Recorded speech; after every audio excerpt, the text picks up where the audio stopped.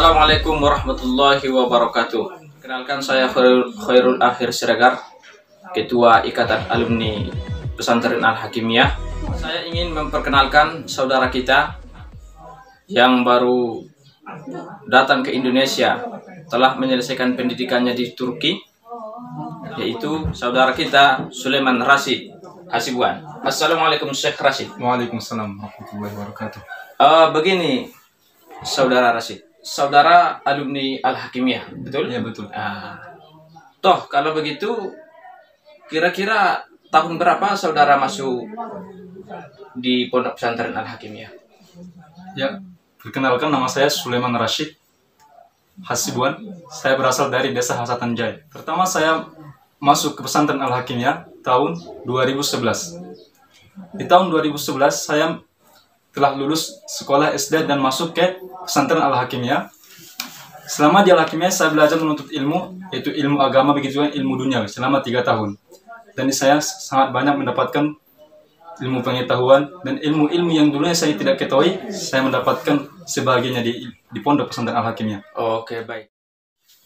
Saudara Rashid, apa pengalaman saudara selama menuntut ilmu atau belajar di Pesantren Al-Hakimiyah? Sama saya di Pondok Pesantren Al-Hakimiyah, yang dulunya saya jarang sholat, yang dulunya saya jarang ngaji, dan yang dulunya saya nggak pandai ngaji. Alhamdulillah, saya selama 6 bulan di Pondok Pesantren Al-Hakimiyah, berkat ustadz dan ustadzah di sini, saya diajari mengaji, begitu juga makhraj dan tajwidnya. Dan saya sangat bersyukur kepada ustadz dan ustadzah di sini. Mudah-mudahan mereka juga selalu diberikan oleh Allah Subhanahu wa taala kesehatan sampai ke depan nanti. Amin ya rabbal alamin. Kemudian saudara Rashid, begitu saudara selesai menuntut ilmu di Pesantren Al-Hakimiyah, kemudian saudara melanjutkan kemana? Ya, saya tamat dari Pesantren Al-Hakimiyah cuma 3 tahun yang disebut dengan SMP ataupun sanawiyah. Di sini sebelum saya ada niat masuk tahfiz Quran, saya di Al-Hakimiyah sudah menghafal Al-Quran 3 juz. Dan di situ ada dari program dari Turki, Ustadz Turki yang namanya Omar Kucukokce, dan beliaulah yang datang ke Padang Lawas. Dan alhamdulillah sampai ke Padang Lawas mereka bersinggah di Pondok Pesantren Al-Hakimiyah. Dan di sini di Pondok Pesantren Al-Hakimiyah mereka menjelaskan pondok-pondok tahfiz Sulaimaniyah yang ada di Turki. Dan mereka menjelaskan gimana tata cara untuk menghafal Quran yang lebih cepat. Dan alhamdulillah semenjak saya di Al-Hakimiyah udah hafal 3 juz, terus berkat ustadz dan ustadzah di sini, begitu dengan ayah pimpinan Pondok Pesantren Al-Hakimiyah, alhamdulillah saya dikirim di pondok di Medan, namanya Pesantren Syarif Medan Sulaimaniyah. Oke, baik saudara Rashid.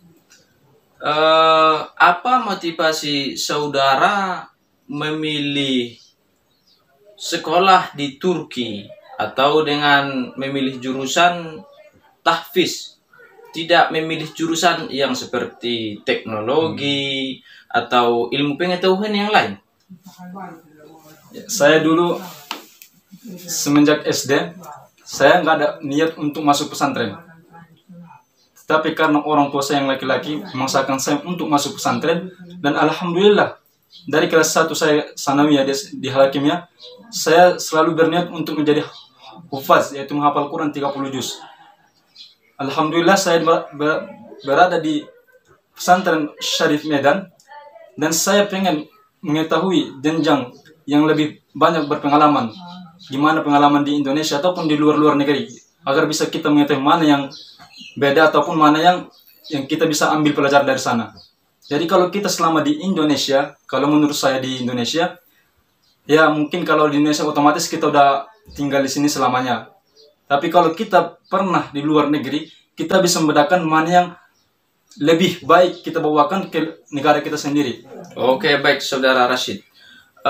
Kemudian saudara Rashid belajar di Turki 3 tahun ya? Iya, 3 tahun. Oh iya. 4 tahun. 4 tahun. 4 tahun. Oh, 4 tahun. Berarti di sana fokusnya Tata cara belajar untuk menghafal Al-Quran, begitu ya? Iya. Di sana kita sebelum hafal Quran, sebelum berangkat ke Turki, kita di sana itu diwajibkan di Indonesia harus hafal Quran. 30 juz persyaratannya.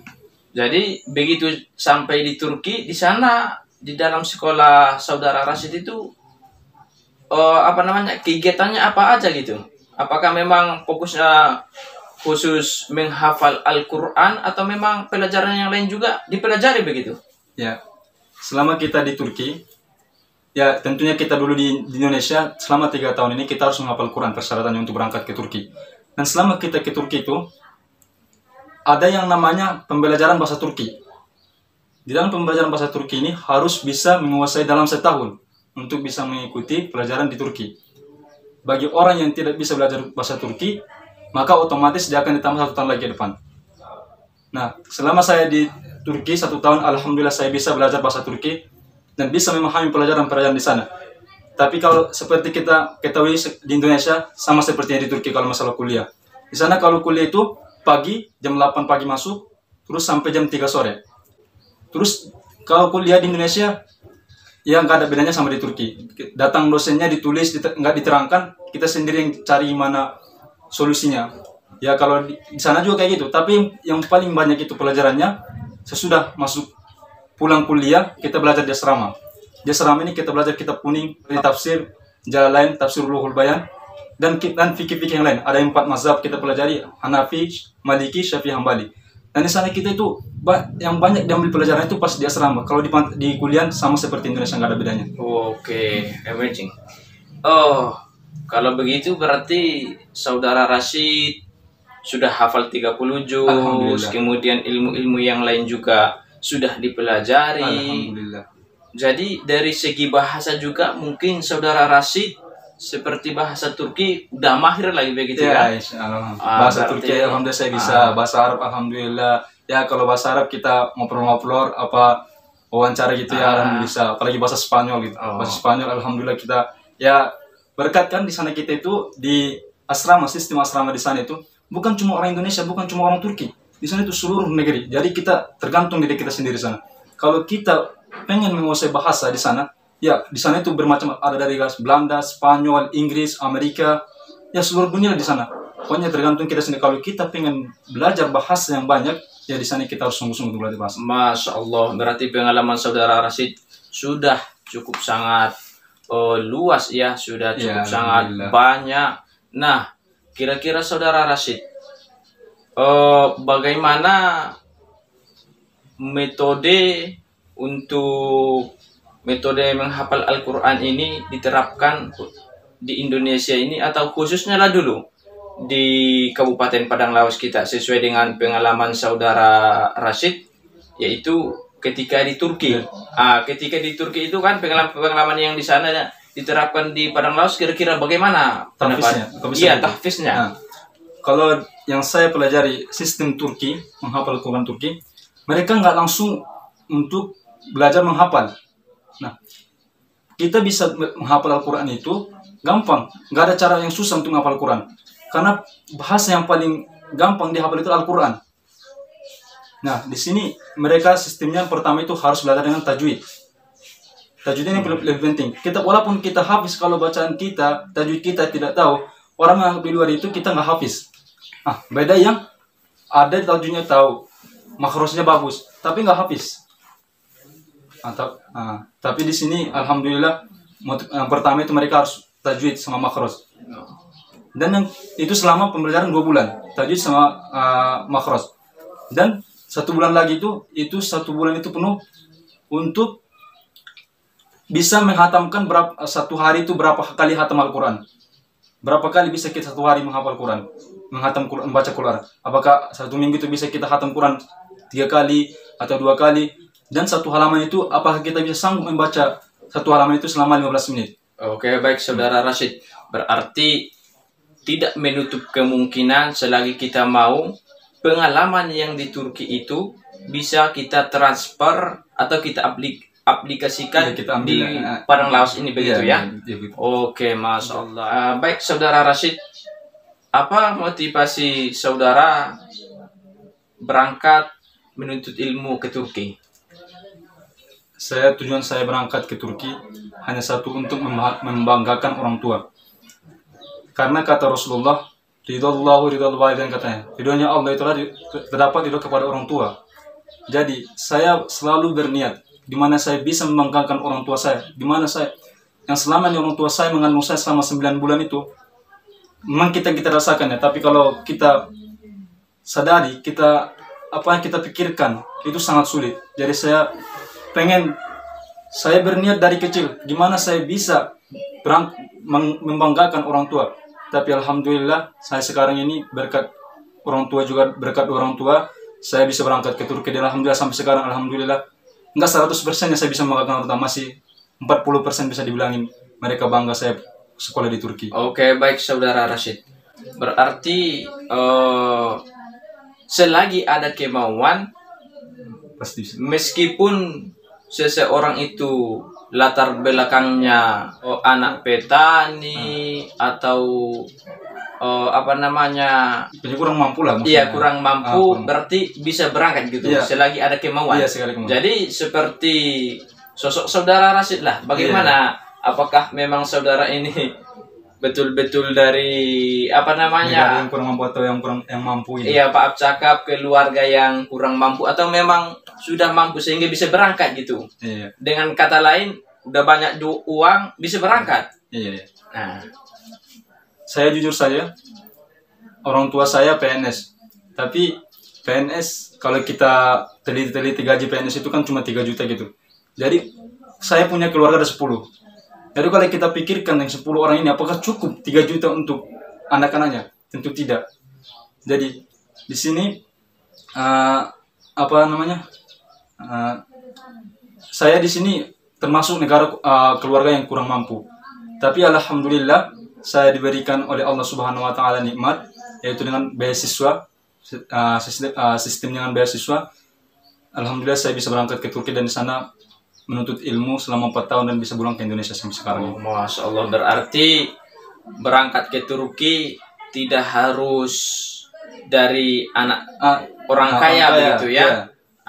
Jadi soalnya ada kata pepatah orang Turki, ada syekh orang Turki namanya Sulaiman Hilmi Tunahan. Dia mengatakan satu patah untuk santrinya. Evlatlarım, ben sizler sadece bu şey istiyorum. Birisi diyor niyet. İkincisi itaat. Üçüncüsü gayret.